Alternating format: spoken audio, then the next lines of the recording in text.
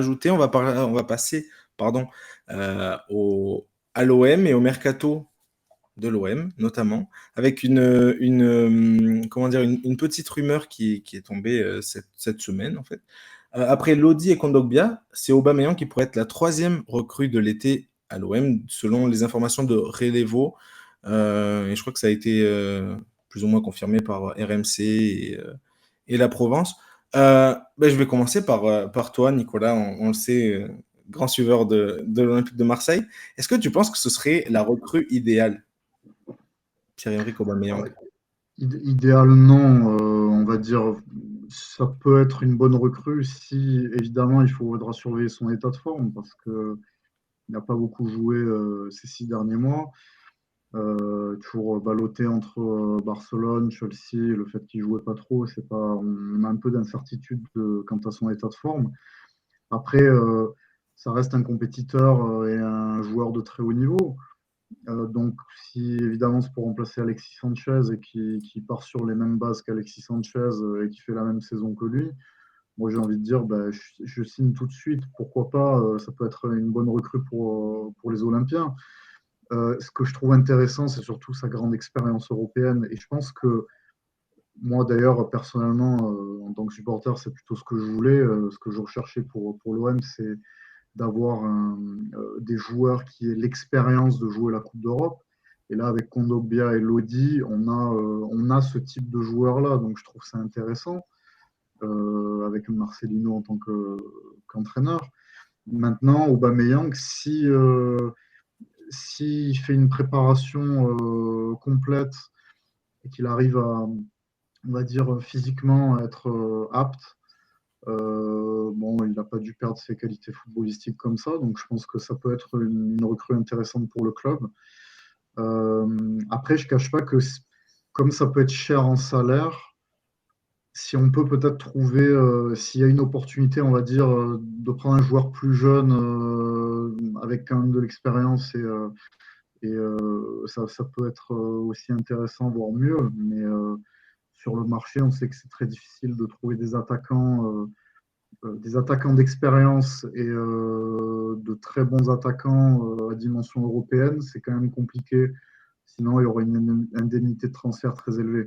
Donc, si on prend Aubameyang avec, malgré le gros salaire, le fait de ne pas payer d'indemnité de transfert, là, ça peut être intéressant. Exact. Est-ce que, moi, je te rejoins et je me demande, enfin, je me demande, non, je me dis que il coche les cases, presque toutes les cases que tu citées. C'est sûr que niveau salaire, ça peut paraître, enfin, c'est énorme. Il touche 700 000 euros par mensuel à Chelsea. Je crois que c'est Alexis Sanchez, c'est 500, non, il me semble. Du coup, s'il part, bon, avec un petit effort d'Aubameyang, peut-être que ça pourrait rentrer dans les clous.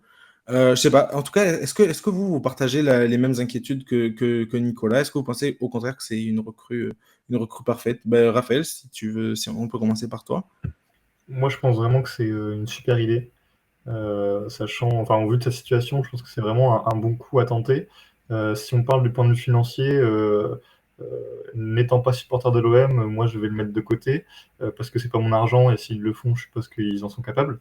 Le seul point qui peut potentiellement m'inquiéter, c'est l'état d'esprit, où on sait que c'est un très grand joueur qui a réussi à faire beaucoup de belles choses dans sa carrière, mais il est arrivé quand même à un âge où est-ce qu'il va pas se dire que Marseille, c'est des vacances. C'est ma petite inquiétude qui ne gâche pas pour autant le coût énorme que ferait l'OM. Je trouve que c'est un joueur qui peut parfaitement s'implanter au système de Marcelino, qui peut apporter un, un aspect différent au jeu, un peu tiki-taka du coach espagnol. Et je trouve ça vraiment intéressant. C'est un profil qui pourrait peut-être même être mieux et plus valorisant euh, que celui d'Alexis Sanchez. Ok. Et toi, Greg, est-ce que tu rejoins Raphaël? Bah oui, sportivement, c'est quelqu'un avec beaucoup de qualité. En plus, il connaît aussi la Ligue 1, donc ça, c'est pas négligeable. Voilà, maintenant, ouais, moi, il y a deux inquiétudes, entre guillemets, que j'aurais. Donc, c'est celle de Raph et de Nico. C'est déjà le côté financier. Je pense que s'il vient, Sanchez partira. Je vois pas comment on peut faire les deux, à mon avis. c'est très compliqué et il faut qu'il fasse des efforts, tout ça. Et puis, comme a dit Raph, pourquoi il va venir, quoi. Voilà, alors, c'est quelqu'un quand même. Alors, il a beaucoup de talent, il n'y a pas de souci, mais c'est quand même quelqu'un qui est assez clivant dans un vestiaire. Voilà, il a quand même eu des histoires, tout ça. Voilà, c'est un gros caractère.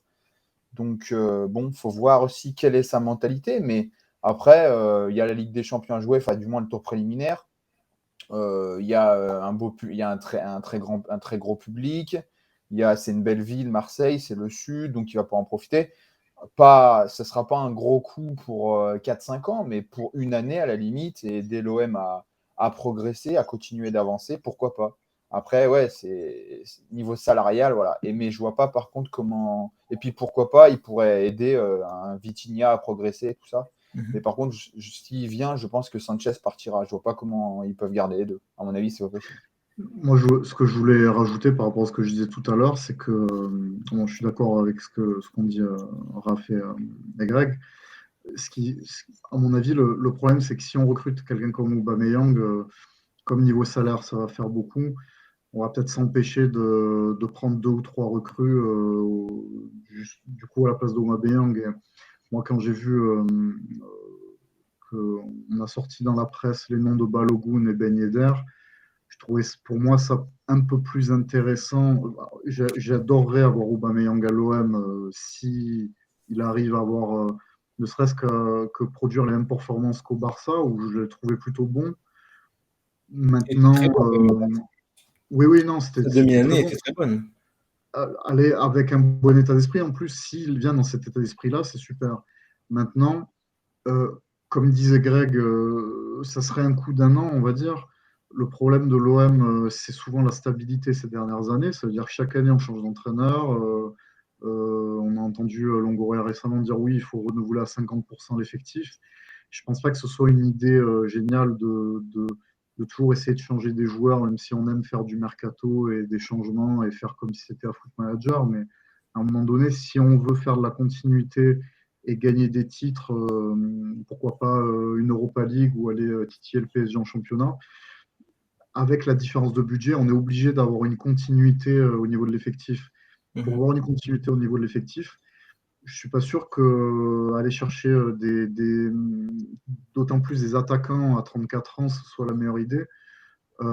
Et que si, par exemple, on fait venir quelqu'un comme Balogun, bien que ce soit cher, Balogun ou voire Ben Yedder, je trouve que là, on a une doublette intéressante dans un 4-4-2, avec Vitinha en joker qui progresse avec la concurrence. Moi, j'avais plus cette idée-là d'une équipe peut-être un peu plus jeune, mais avec un peu des joueurs comme Lodi ou comme Kondogbia qui entourent tout ça de par leur expérience.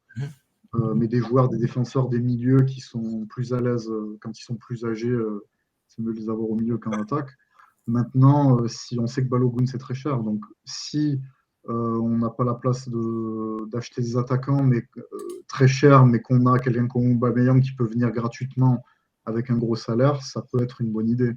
Mais après, ça dépend des options qui se présentent sur le mercato. Ok, moi c'est presque un peu, je trouve ça presque un peu bizarre entre guillemets, parce qu'on en a beaucoup parlé du mercato de l'OM, des joueurs, des recrues, comment dire, que t'espérais, Nico.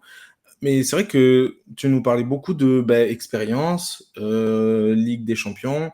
Ça a été et Aubameyang, c'est un peu tout ça. Enfin, ok, il a 34 ans, c'est vrai, mais Aubameyang, c'est 600 matchs en pro et 300 buts en club. C'est pas rien.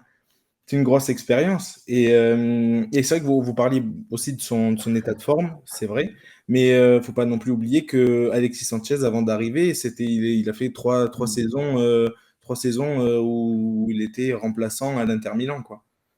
Et j'allais te dire, c'est bien que tu rebondis sur ça, c'est que c'est vrai que moi, quand on a annoncé, alors moi, quand on a annoncé le départ de Milik et l'arrivée de Sanchez, j'étais très dubitatif et je me disais, c'est peut-être pas, enfin, limite peut-être qu'on va dans le mur, etc.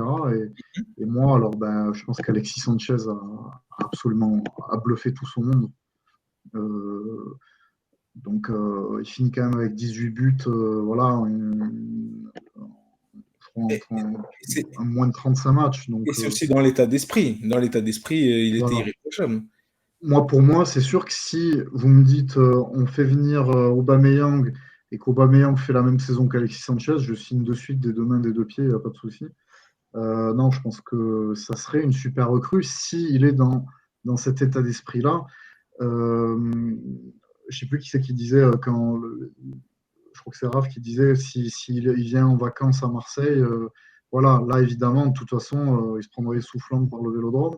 Ouais. Voilà, s'il est dans un état d'esprit de champion à la Ibrahimovic quand il est venu à Paris ou à la Sanchez quand il est venu à l'OM, là, oui, on signe de suite parce qu'on a besoin de ce genre de joueurs pour notamment franchir un palier en Champions League, passer la phase de groupe, voire être troisième et faire une grosse campagne en Ligue Europa, voire essayer de la gagner.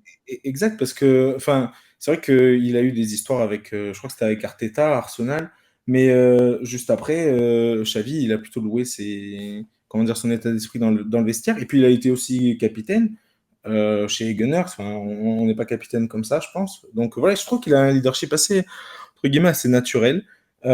Puis sur le profil, c'est vrai on a beaucoup parlé, entre guillemets, non, je crois que Raph avait un peu parlé comment dire, de jeu, etc.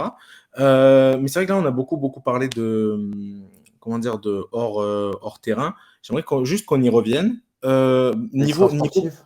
Ouais, extra sportif, hors du terrain, mais niveau profil, est-ce que ce serait pas vraiment un combo gagnant, entre guillemets, il est capable de se projeter super vite, il peut jouer à deux attaquants, je pense qu'il n'y a pas de problème, il sait jouer en remise, donc voilà, et il est surtout très polyvalent, je pense il peut évoluer vraiment sur le côté aussi. Donc, est-ce que ce serait pas, entre guillemets, le combo gagnant? Du coup, c'est aussi un finisseur très, comment dire, très compétent. Est-ce que ce serait pas un vrai combo gagnant pour Marcelino qui a envie de jouer, je pense, à 2 points dans son 4-4-2? Je sais pas si vous avez envie qui c'est qui a envie de réagir, que ce soit Greg ou Raphaël. Je trouve déjà, moi, qu'il s'implémente parfaitement dans l'effectif actuel de Marseille, qui est pour moi quelque chose de très important. Nico, tu parlais de Balogun. Je trouve que Balogun, ça ne matche pas du tout, parce qu'il y a déjà le même profil dans l'âge et dans l'expérience. C'est quelqu'un qui s'appelle Vitinha. Et pour moi, si tu prends Balogun, bah, tu freines complètement un gars que tu as quand même acheté 32 millions d'euros. Donc, bon, j'ai dit tout à l'heure, c'était pas mon argent, mais 32 millions, ça commence à faire beaucoup. Et ça se voit si ça fait une bévue. Donc pour moi, il faut un peu comme à l'époque à Lille où il y avait Burak Yılmaz et Jonathan David, il faut un mec avec énormément d'expérience qui est capable de t'apporter tant à ton attaquant qui a besoin de progresser qu'à l'ensemble de ton collectif.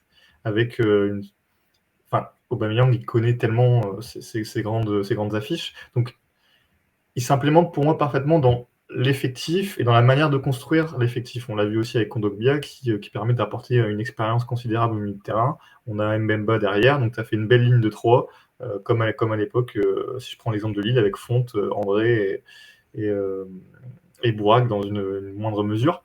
Donc je trouve déjà que cet aspect-là, il est déjà très important, puisque l'aspect mental dans un effectif, notamment à Marseille, quand tu joues au Vélodrome, c'est quand même quelque chose de très important.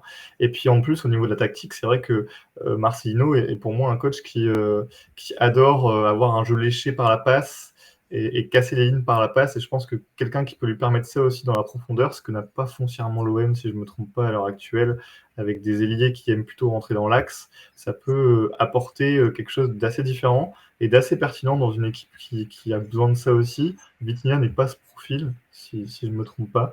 Donc ça apporte aussi une complémentarité entre deux offensifs qui peut être intéressant dans un duo, comme tu as dit Ruben, mais aussi en fonction de l'adversaire. Dans un bloc bas, tu peux peut-être prioriser Vitinha, qui s'est déjà montré intéressant là en cette pré-saison, et peut-être contre des équipes qui ouvrent plus le jeu, mettre un Aubameyang qui permettra de transpercer les lignes dans la profondeur. Ouais, je suis relativement d'accord, enfin je suis même complètement d'accord. Et toi Greg, t'en penses quoi? Ouais, totalement d'accord.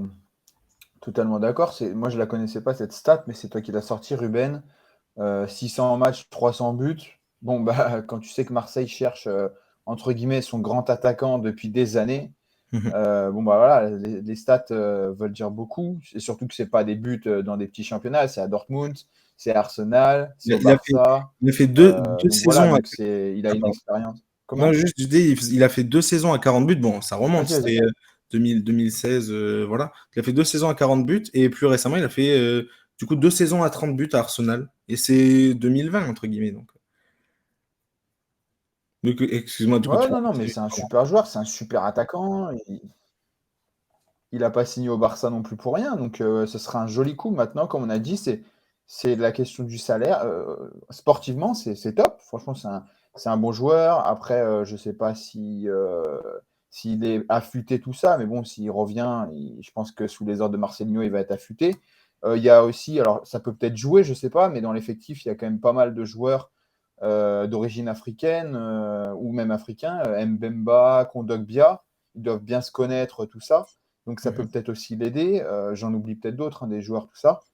Donc ça peut l'aider à s'intégrer. Il parle la langue. Lui aussi, il a besoin de se relancer parce que malgré tout, il a fait 6 mois où c'était très très compliqué. Voilà. Et puis il y a la carotte Ligue des Champions en prime. Donc non, je trouve que ce serait vraiment une très très bonne recrue pour l'OM maintenant. Maintenant, voilà, comme j'ai dit, moi je pense que ce sera, s'il arrive, c'est que Sanchez part. Mais en tout cas, oui, je veux dire, pas en termes de jeu, hein, c'est pas des profils similaires, mais en termes d'expérience, oui, c'est des profils similaires. C'est des garçons qui ont joué à Arsenal, au Barça, dans des grands clubs. Ils ont une expérience, ils ont déjà joué à la Ligue des Champions, et c'est tout ce qui manque à Marseille, tout simplement. Donc oui, sportivement, je trouve que ce serait un super coup, moi. On parle d'Alexis Sanchez comme s'il était encore là, mais contractuellement parlant, il n'est plus là. Encore une fois, je les compare à Lille, mais Bamba et Font, on en a parlé pendant longtemps, mais s'ils n'ont pas été renouvelés tout de suite, c'est pour une raison, et j'ai bien peur qu'Alexis Sanchez ce soit la même finalité. C'est vrai, je crois que c'est depuis le 30 juin qu'il est plus sous contrat, Sanchez. Bon, très bien, bah, du coup, on a fait le tour concernant le mercato de l'OM.